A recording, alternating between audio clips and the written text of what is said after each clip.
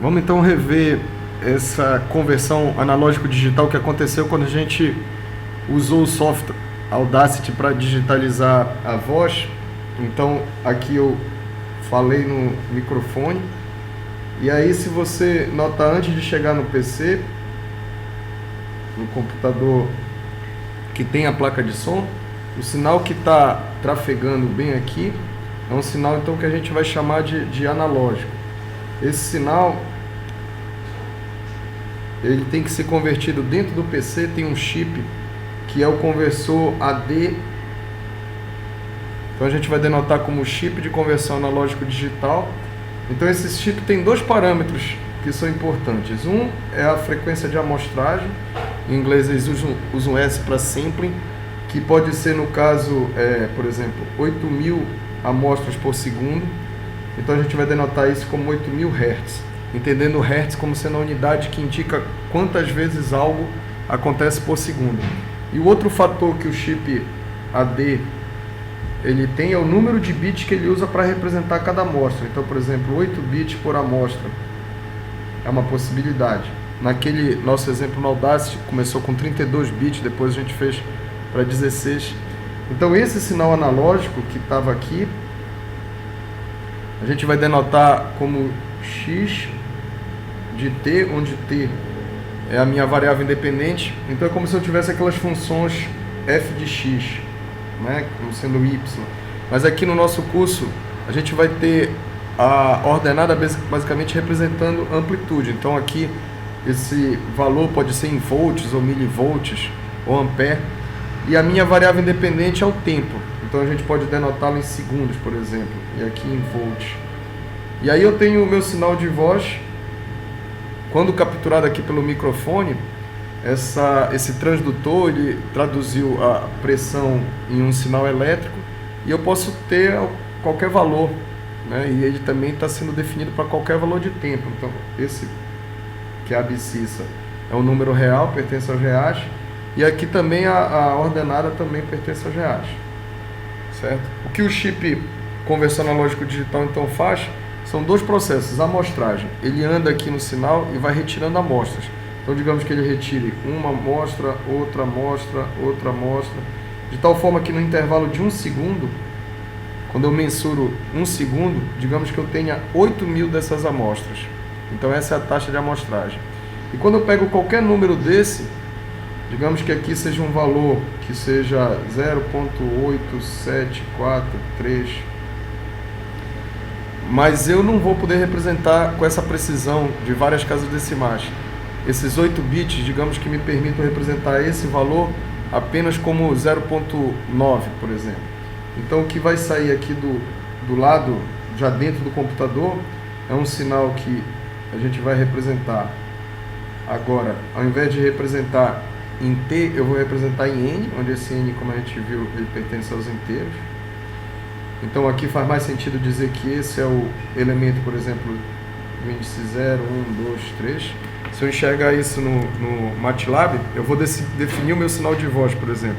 As amplitudes podem ser 5.3, menos 5 ou 4, 3.4, 8.2, 7.3. Então, se eu perguntar para o valor de n igual a 0, qual é o valor do sinal? Então eu posso ter esse ponto aqui, x 5.3, como sendo amplitude. Para o valor instante n igual a 1. E assim eu vou fazendo. De tal maneira que essa representação normalmente vai ser usada onde eu vou ter o entendimento que para valores de n que não são inteiros, esse sinal x de n ele não é definido. Então o sinal x de n aqui recebe apenas alguns valores de amplitude quando ele é um sinal digital. Mas aí que é importante, que eu queria que vocês percebessem, nós não vamos assumir que há quantização. A amostragem vai ocorrer, mas aqui no início do curso nós não vamos lidar com sinais digitais. Então a gente não vai se interessar tanto por sinais digitais, apesar de que é importante vocês perceberem que é isso que acontece quando a gente digitaliza um sinal para um computador, porque o chip analógico digital vai fazer a quantização. Mas nós não vamos falar de quantização por enquanto. Ela é uma operação não linear e atrapalhar a nossa matemática. Então a gente vai adiar a quantização. E nós vamos lidar apenas com sinais que são os analógicos, que nós vamos chamar de contínuos no tempo, e sinais discretos no tempo. Então, ao invés do digital, nós vamos estar falando de sinais discretos no tempo. Qual é a diferença? É que aqui a gente não vai estar se preocupando com a quantização da amplitude. Essa amplitude aqui pode assumir qualquer valor. Então, nós vamos estar trabalhando com os sinais x de t e x de n. Então, a primeira coisa que nós vamos fazer com esses sinais é calcular potência e energia. Então, um tópico é potência e energia desses sinais. A gente quer dar uma visão bem próxima à física. Então, uma sugestão é, vamos considerar que todo sinal está em volts, certo? E a gente vai ver por que isso vai facilitar. Mas na prática, uma imagem, por exemplo, digital, quando se tira uma foto e a câmera tem um CCD e aqueles pixels são o nosso sinal digital, ele não necessariamente está, os valores estão representando volts. Mas vamos considerar que é em volts por causa do seguinte: se vocês observarem uma fórmula de potência que é clássica, é que é a tensão versus a corrente, muitas vezes escrito assim, ou a potência instantânea ao longo do tempo é a tensão ao longo do tempo versus a corrente ao longo do tempo. E aí, se a gente lembrar que por exemplo, daqui que o V é I versus R, eu posso substituir e reescrever potência como sendo V ao quadrado sobre R. Ou então eu posso também substituir de outra maneira e escrevê-la como I ao quadrado sobre R. O mesmo valeria para os valores instantâneos. E aí o que é interessante é o seguinte: se eu assumir que a resistência é de um ohm, notem que se isso daqui for assumido, eu posso então interpretar tanto a tensão ao quadrado como indicando potência, quanto a corrente ao quadrado. E para nós então vai ser muito mais conveniente a gente representar genericamente como x. E se eu elevar ao quadrado, eu tenho potência. Então, para a potência instantânea de qualquer sinal x de t, o que eu vou assumir é que se eu elevar ao quadrado, eu tenho o valor instantâneo desse sinal. Eu pego um sinal x qualquer, os valores ao quadrado dele vão me indicar a potência instantânea. Se eu porventura quiser calcular a energia, eu vou poder então integrar essa potência instantânea ao longo do tempo, e aí eu tenho a energia do sinal. Então, se eu não especificar, vai se assumir que é desde do menos a mais infinito. Então essa maneira de normalizar pela resistência e aí simplificar é bastante usada em sinais de sistemas, em processamento digital de sinais. Quando os circuitos são montados, por exemplo, um modem, ele tem uma interface analógica que aí eu não vou ter necessariamente resistências de um ohm. Na verdade, nunca eu teria. Então, eu deveria estar preparado, né, para todo instante normalizar. Mas aí isso vira um fator de escala aqui, essa resistência, né, vira um fator de escala nessas equações, de tal maneira que quando eu estou interessado mais nas formas de onda, eu posso trabalhar com essa potência normalizada. Então é isso que esse slide mostra, e a gente vai estar obtendo muitos sinais que não necessariamente foram obtidos em cima de um resistor de um ohm. Mas como eu disse, nós vamos estar olhando para esses sinais assumindo que eles foram obtidos medindo tensão em cima de resistor de um ohm, e aí vai coincidir com o que seria a medição da corrente em cima desse mesmo resistor. E aí nós vamos ter a chance também de definir potência média, que aí basicamente a gente vai integrar a potência instantânea no intervalo de tempo e dividir por esse intervalo.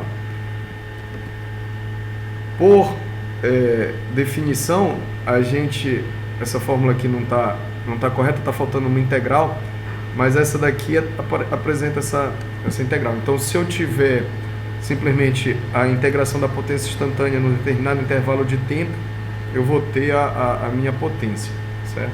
Então, quando o sinal x de t é complexo, a gente tem que se preocupar em tirar o módulo Então, uma vez que eu tenho o sinal real, esse módulo não é necessário. Mas aí com ele complexo, eu tiro o módulo para calcular a energia integrando no intervalo de tempo desejado. Isso para sinais contínuos, a gente discutiu os sinais contínuos no tempo, e agora o mesmo vale para os sinais discretos no tempo. Então, se eu tenho um sinal x de n qualquer, discreto no tempo, elevar ao quadrado vai me dar a potência instantânea desse sinal, e se eu somar todos os valores naquele intervalo desejado, eu tenho energia. Então, bora dar uma olhada em como é que a gente calcularia para esse nosso sinal os valores de potência instantânea dele. Então, eu elevaria ao quadrado ponto a ponto. No MATLAB isso vai ser feito assim. Então, esses são os valores, por exemplo, para n igual a 0, para n igual a 1, da potência instantânea. E a energia seria eu somar todos esses valores. Então, eu poderia dar um indicativo que são 160 joules a energia desse sinal. E se eu quisesse a potência média, eu teria que dividir pelo número de amostras que eu somei. Então, aqui no MATLAB, convenientemente, eu tiro a média, que é dividir os 160 joules pelas 4 amostras, então dá uma média de 40, e eu poderia interpretar então esse 40 como em watts, porque ajuda, nós temos a unidade para que a gente tenha da grandeza física, a unidade em mente, para poder melhor refletir. Então os sinais, como eu disse, um sinal criado arbitrariamente, ele não era em volts, mas aqui a gente vai estar interpretando que ele tem uma energia de 160 joules e uma potência média de 40. E se eu plotasse a potência instantânea dele ao longo do tempo, basicamente era só elevar aqui ao quadrado. Então essa é a potência instantânea desse sinal, certo? Se fosse um sinal complexo, eu teria que tirar a magnitude dele, como está indicado na fórmula, certo? Bem, como a gente já falou, a potência da mesma forma do tempo contínuo, a gente teria que dividir pelo número de amostras que está sendo levado em conta. Mas agora vem uma definição que a gente vai adotar, que é a de sinal de energia e sinal de potência. Essa vai ser uma terminologia que nós vamos estar adotando. Na nossa discussão sobre energia e potência, notem aqui que a gente tem um intervalo de interesse, por exemplo, de T1 até T2. Eu quero calcular a energia nesse intervalo. Agora nós vamos lidar com uma definição de sinal de energia e sinal de potência. E para essas definições, esse intervalo vai sempre ser de menos a mais infinito. Então a gente está vendo basicamente aqui que o nosso interesse vai ser estudar os sinais que vão ser chamados de energia, e há uma outra categoria que seriam os sinais de potência. E a motivação para ver essa distinção é que há fórmulas que são distintas. Por exemplo, autocorrelação, que é uma fórmula que é bastante usada entre dois sinais, ou na verdade, aí, autocorrelação entre o sinal e si próprio, características desse sinal. Então, a gente vai ter uma fórmula de autocorrelação distinta se o sinal é de energia ou se o sinal é de potência. Por isso é interessante entender esse jargão, saber distinguir um do outro. E nessa hora a gente vai estar assumindo os intervalos de tempo contínuo de menos a mais infinito. É a mesma coisa do tempo discreto. O n vai poder ser de menos a mais infinito. Uma maneira de observar esses sinais seria o seguinte. Olhando aqui para o slide, a energia e a potência média, certo? A energia do sinal e a potência média. Quando essa potência for finita, a gente vai chamar o sinal de potência. Então, por definição, o que é um sinal de potência? É aquele sinal cuja potência média é finita. E isso está embutido nessa definição, que o tempo considerado é de menos a mais infinito. Para um sinal de energia, a energia dele é finita. Então, o sinal de energia vai ser aquele que, considerando o intervalo de tempo de menos a mais infinito, desde o Big Bang até o Apocalipse, a energia dele é finita. Então, exemplos desses sinais para um sinal de potência, o cosseno eterno, aquele que de menos a mais infinito vai ter uma potência média finita, dado pela amplitude ao quadrado dividido por 2. Já um sinal de energia finito, essa exponencial decrescente U de T significa basicamente que eu tenho um sinal que é assim. Aqui é o T e o X de T é dado por uma exponencial decrescente que começa em zero. Então, para tempo negativo ela é zero e aí depois ela decai. Se eu integrar esse sinal, notem, lembre sempre que para um sinal x a gente assume que elevado ao quadrado de menos a mais infinito, essa energia ela é finita, certo? Ela converge para um valor finito. Então esse aqui é um exemplo de sinal de energia. Já um cosseno eterno, deixa eu fazer ele ser um cosseno, ele tem que começar uma amplitude alta. Mas vocês entendem que aqui eu quero representar um cosseno eterno. Então notem, se esse é o meu sinal x de t, se eu elevá-lo ao quadrado, como é que ficaria? Ficaria aquele cosseno, certo? Isso daqui seria o x de t ao quadrado. Na hora que eu integrar para calcular essa área aqui do x de t ao quadrado, todas essas contribuições me levariam a um número infinito. Então a energia desse cidadão aqui é infinita. Mas se eu calcular a potência, para todo sinal periódico eu posso calcular a potência se pegando a energia num período e dividido pelo intervalo desse período. Se vocês fizerem esse cálculo, a potência média ela vai ser a amplitude ao quadrado dividido por 2, como eu disse.